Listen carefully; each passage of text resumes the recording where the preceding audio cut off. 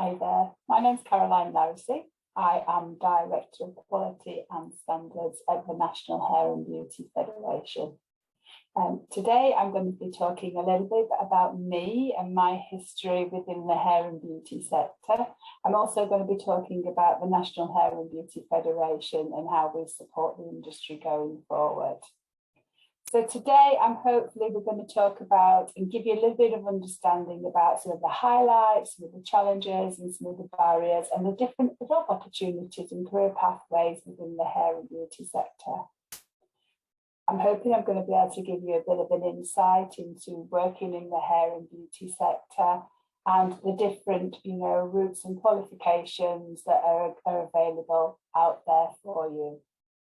So first of all, I thought I'd start with me and a little bit about my career history. So from leaving school, I wanted to go into the hair and beauty sector. It was something I'd always wanted to be in there. So at 16, I applied to my local college to go on a hair and beauty course and was accepted on the course, enrolled, and absolutely loved it. And I got an opportunity to have a work placement within a local salon, 1 day a week, working in the salon.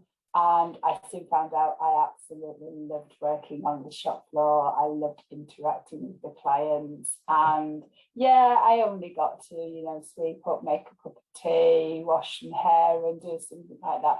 But I just absolutely loved the vibe in the salon, and I absolutely knew it was the career that I wanted to be in. Working in the salon on the work placement gave me a real opportunity because the salon owners sort of turned around to me and said, "We're looking for somebody to help us out on Saturday. Would you help out in the salon on the Saturday?" And it was like, yes, that's great, a little bit more money in my pocket from doing that, but it also gave me an opportunity to go on to what we used to call then a youth training scheme, which is very much like the apprenticeship now. So you are 4.5 days in a salon and 1 day at a college. Going on the apprenticeship scheme made me fast track through my education and training in both hair and beauty, because I was literally working on the shop floor. I was doing it. My salon owner was encouraging me to, help out in the salon more and more. So I rapidly progressed through all the education and training as part of that, and absolutely loved it. Built up a salon column, had my own clients as part of that. And the end of my youth training scheme, got a job. Which was absolutely fantastic, working in the salon, doing the clients, doing something that I absolutely loved. And I did that for, quite a few years. I had quite a few opportunities of, going and being part of competitions, doing shows, doing demonstrations. There's a wealth of opportunity for working in the hair and beauty sector. Just starting in the salon is a real starting point going forward. My real interest was in education and training, and I wanted to be able to pass on my skills to other learners within the sector. So the route I went down was the education route, where I learned to become a teacher. And first started doing classes in hairdressing and beauty therapy. I also then progressed on to doing businesses and management and all various different courses like that. But my real passion has always been for the hair and beauty sector and working. I mean, throughout my career, I've had so many opportunities. I took a year out. I ended up traveling around the world.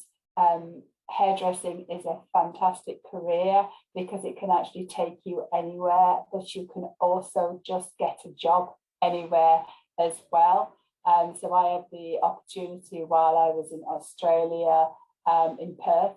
I was sat one day with some friends we've met over there on a beautiful boat harbour, Hillary's Boat Harbour in Perth. And I was sat there, we were sat drinking a glass of Prosecco, and I looked over and I saw a salon. And the salon was literally on the boat harbour with the yachts moored up at the side of it. And I just thought, how fantastic would it be to work in a salon where you've got boats, moored up outside as part of that. So at the time I thought, well, why not? So I put in my CV. The very next day, I got a phone call from the salon owner saying, would you like to come in for a chat? So came in, had a chat, and the next day I was working in the salon on the shop floor. And my goodness, I could tell you some tales about some of the clients that used to come through the salon, some of the very, very wealthy clients that came through, but client confidence and all that. But it was an absolutely fantastic job. I loved that. I did that for 6 weeks and moved on to the next thing, because at the time I was traveling. I went further up into the really top part of Australia. I did quite a lot of mobile hairdressing. Everybody over there just loved the fact that it was a British hairdresser that was coming. So I got them queuing up around the blocks wanting their haircut or wanting a beauty treatment. And so, hair and beauty can absolutely take you wherever you want, and you are never, ever out of a job, whether that be family and friends or people that you know or other opportunities. It's always available. So anyway, that was one little part of my career, but I literally, as I said before, I focused on education and training because that was my passion. I knew how fantastic the hair and beauty sector is, and I wanted other people to find out and understand how fantastic the sector is as well. So I went and worked for numerous training providers and was actually a training provider of my own, and developed loads of various different courses. But my passion has always been to make sure that the education standards for hair and beauty and sector is on the top form.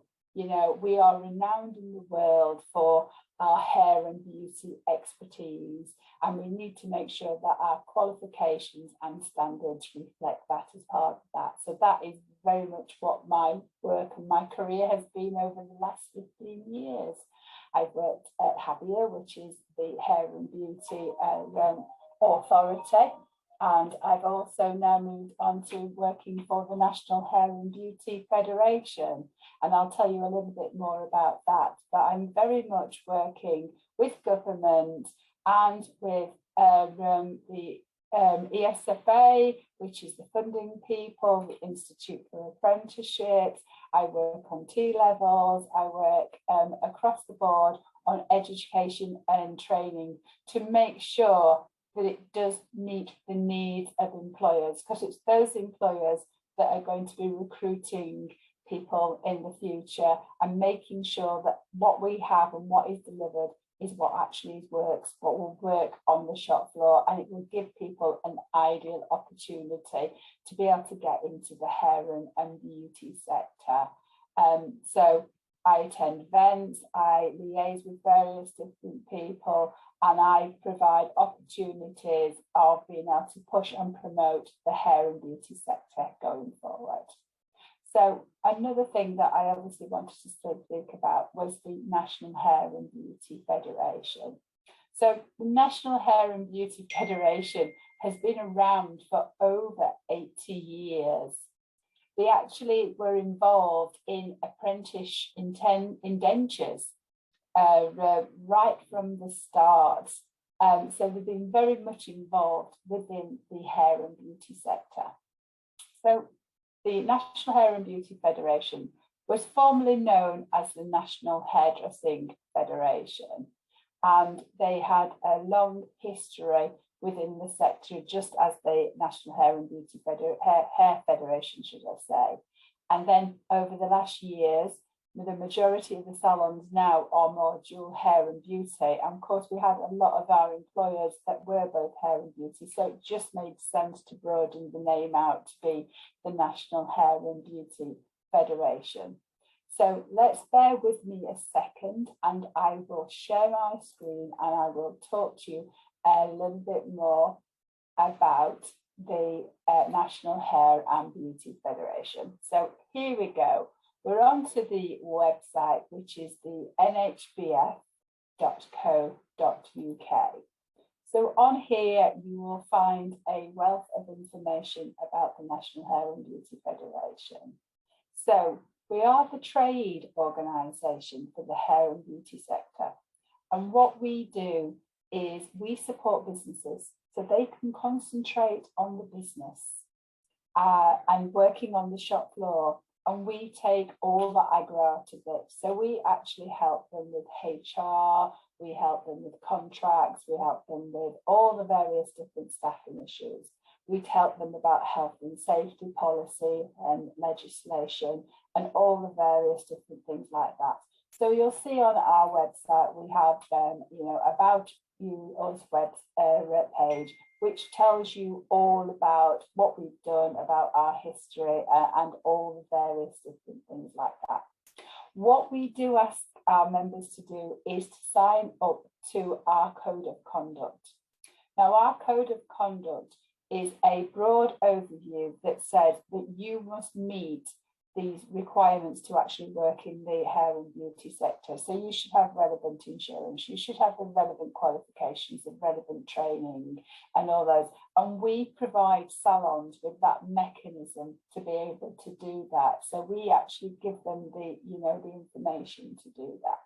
What you'll also see on our website, and I hope you get a chance to look at our videos and all the various different interactive stuff that we have got in there, is we also have a lot of news and blogs about various issues and various different things that are happening within the sector. So let me scroll onto that page just to give you a little bit of idea. So, this year you've got the Queen's Jubilee coming up. We've got information on that, what salons should be doing about that, what makes a good salon experience, all various different things as part of that. We've got information that's specifically on apprenticeships. So that information will tell employers about apprenticeships, what's the bonuses about an apprentice, how you can get an apprentice. But we've also got information and pages on various different things to support going forward. So if you are interested in apprenticeships or anything like that, you can go onto our website, you can go into our advice and resources tab, and you can actually get the latest information on apprenticeships, on T-levels, on traineeships, on all the various different things within the sector as part of that. So the website itself has an absolutely mammoth amount of information that, just go on, have a look, pick out the subjects that suit you, that you're interested in as part of that. We're very much championing the hair and beauty sector. And what we're doing is making sure that we've got information on there, the whole range of audiences, right from salon owners to yourself as learners, or looking at maybe thinking about going into the hair and beauty sector, because this will give you a real insight on what that type of information is there. So, as I say, please have a look at the website, have a look at some of the videos and some of the things that are on there and some of the resources, which I'm sure will help as part of that. So let me share my screen. So let me get rid of that.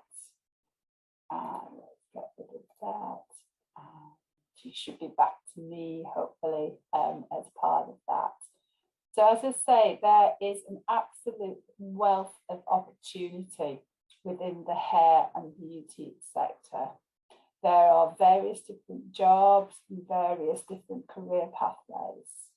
So in beauty therapy, there is a massive trend at the moment you'll see into aesthetics, into injectables, into a lot of skin rejuvenation treatments.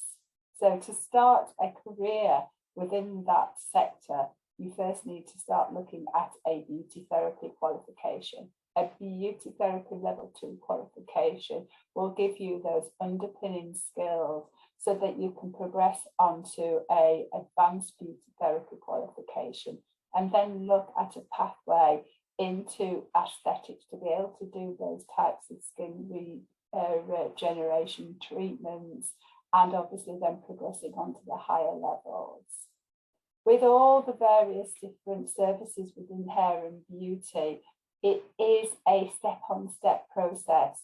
So you always will have to have a level 2 qualification before going on to a level 3 and progressing up the academic ladder.